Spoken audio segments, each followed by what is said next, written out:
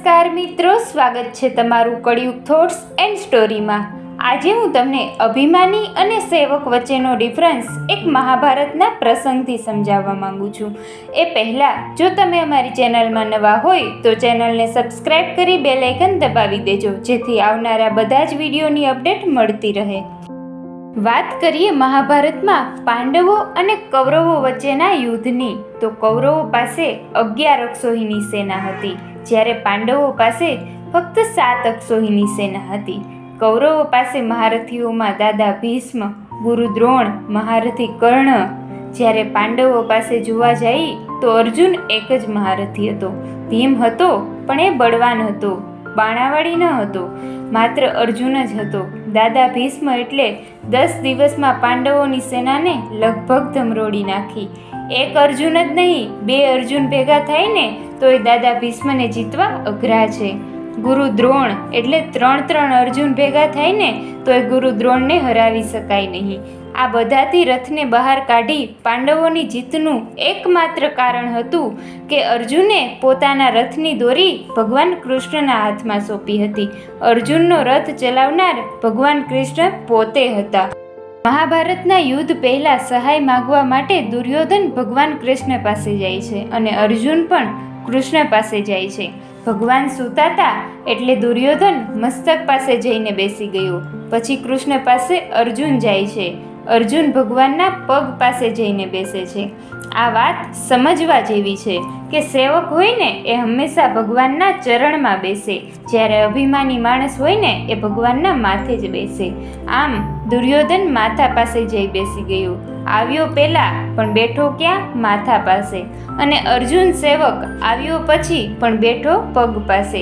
ભગવાન જાગ્યા, જાગીને બેઠા તો પેલા અર્જુન દેખાણો અને પૂછ્યું, અર્જુન કેમ આવવાનું થયું? ત્યાં જ દુર્યોધન બોલ્યો, પેલા હું આવ્યો છું એટલે પેલો હક મારો। ભગવાન કૃષ્ણએ કહ્યું, તું પેલા આવ્યો છો તો હું તને પણ સહાય કરીશ, પણ મેં પેલા જોયો અર્જુનને, માટે સહાય તો એની પણ કરીશ। માટે એક બાજુ મારી નારાયણી સેના છે અને બીજી બાજુ હું પોતે છું, પણ મારી પ્રતિજ્ઞા છે કે હું હથિયાર ધારણ કરીશ નહીં। તારે જે જોઈ એ તું માંગી લે। હવે દુર્યોધને મનમાં વિચાર્યું કે હથિયાર વિનાના કૃષ્ણને લઈ જઈને શું છે? ત્યાં કાંઈ પૂજા તો કરવાની નથી, અને ભગવાનને કીધું, મને તમારી નારાયણી સેના આપી દો। નારાયણી સેના એણે લઈ લીધી। ભગવાન હવે અર્જુનને પૂછ્યું, તારે શું જોઈ? ત્યારે અર્જુન બોલ્યો, મારે તો તમે આવો એટલે બધુંય આવી ગયું, આખી નારાયણી સેના તમારામાં આવી ગઈ। પણ કૃષ્ણએ એક ખૂબ સરસ વાત કીધી કે હે અર્જુન, हार तेरी निश्चित है, हार तेरी निश्चित है, हरदम रहेगा तू उदास। माखन दुर्योधन ले गया, छाछ बची तेरे पास। કે માખણ તો દુર્યોધન લઈ ગયો, નારાયણી સેના તો ઈ લઈ ગયો, હથિયાર વિનાનો હું રહ્યો તારી પાસે। અને ત્યારે જ શરણાગત ભક્ત અર્જુન ભગવાનને કહે છે, જીત મેરી નિશ્ચિત હે। શું કહે છે? જીત મેરી નિશ્ચિત હે, दास नहीं होता उदास। माखन लेके क्या करूं, माखन ચોર હે મેરે પાસ। એટલે કે શરણાગત છે એના જીવનમાં ક્યારેય ભગવાન દુઃખ આવવા દેતા જ નથી। ઘણીવાર કેવું હોય, અમુક સંપત્તિના બળે કામ ચાલતું હોય, અમુક સત્તાના બળે કામ ચાલતું હોય, અમુક બુદ્ધિના બળે કામ ચાલતું હોય, અમુક શરીરના બળે કામ ચાલતું હોય, અમુક પરિવારના બળે કામ ચાલતું હોય, અમુક ગ્રુપના બળે કામ ચાલતું હોય, પણ આ દુનિયામાં અમુક કોરોના જેવી ઘટના એવી બને કે જ્યારે કોઈ બળ કામમાં ન આવે તેથી હરિનું બળ કામમાં આવે। ભગવાનનું બળ જીવનમાં ખૂબ જ જરૂરી છે, એની શરણાગતિ જીવનમાં રાખવી, હંમેશા એનું સેવક બનીને રહેવું। આજે આપણે અકબર અને બિરબલની કહાનીની એક સરસ મજાની વાત કરવાના છીએ। શિયાળાની ઋતુનો સમય હતો। રાજા અકબર અને બિરબલ પોતાના રાજમહેલ તરફ જતા હતા। ત્યાં રસ્તામાં એક પાણીનું ભરેલું તળાવ આવ્યું। બંને તળાવ કિનારે ઊભા રહ્યા અને અકબરે પોતાનો હાથ પાણીમાં નાખ્યો। ત્યાં જ બોલી ઉઠ્યા, અરે બિરબલ, આ પાણી તો કેટલું ઠંડુ છે। આ તળાવમાં કોઈ 5 મિનિટ ઊભા રહે તો તેનું મૃત્યુ અવશ્ય થઈ જાય। બિરબલે હસતા હસતા કહ્યું, ના મહારાજ, એવું કાંઈ ના હોય.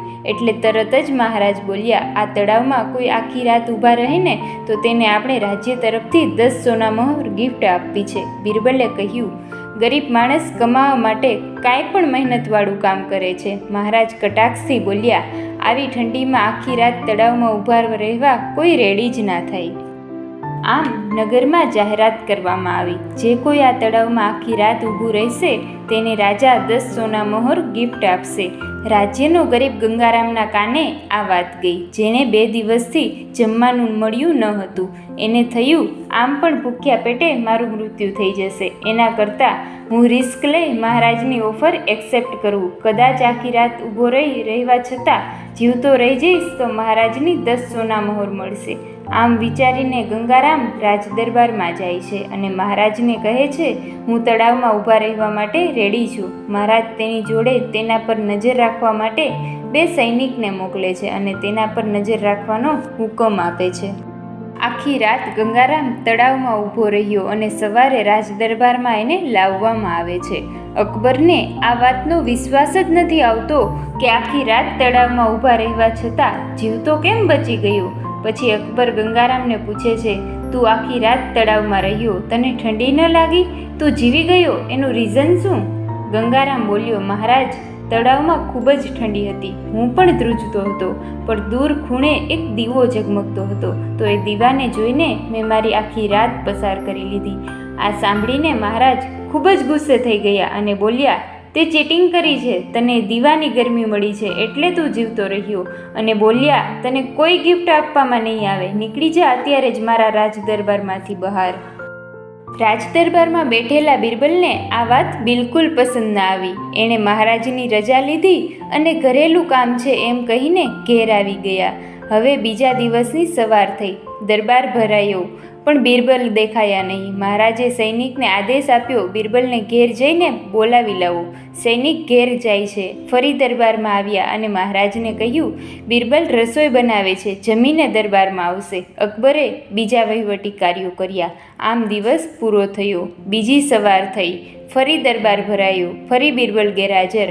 ફરી રાજાએ સૈનિકને મોકલ્યા અને ફરીથી એ જ આન્સર આવ્યો કે રસોઈ બની જાય પછી જમીને આવશે.